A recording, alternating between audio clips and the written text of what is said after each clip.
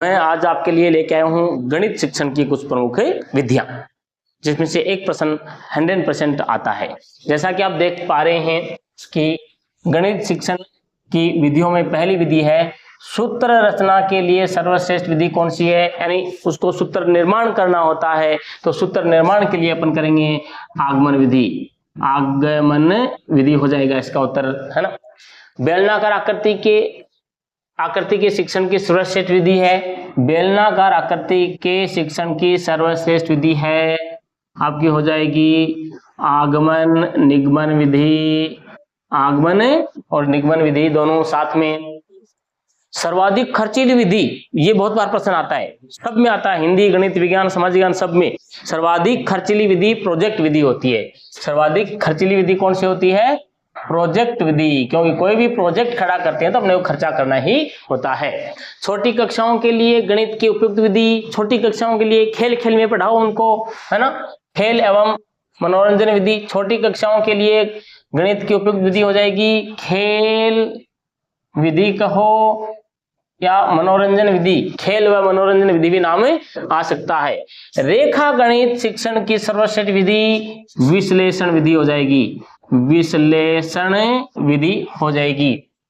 नए प्रश्न हल करने की सर्वश्रेष्ठ विधि, यानी नया प्रश्न हल करना है उसके लिए हो जाएगी आगमन विधि।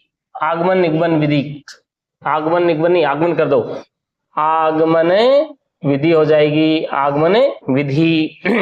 स्वयं खोज करके अपने आप सीखने वाली विधि, स्वयं खोज करेगा बच्चा तो उसको अनुसंधान करना पड़ेगा और इसकी हो जाएगी अनुसंधान विधि। अनुसंधान विधि हो जाएगी।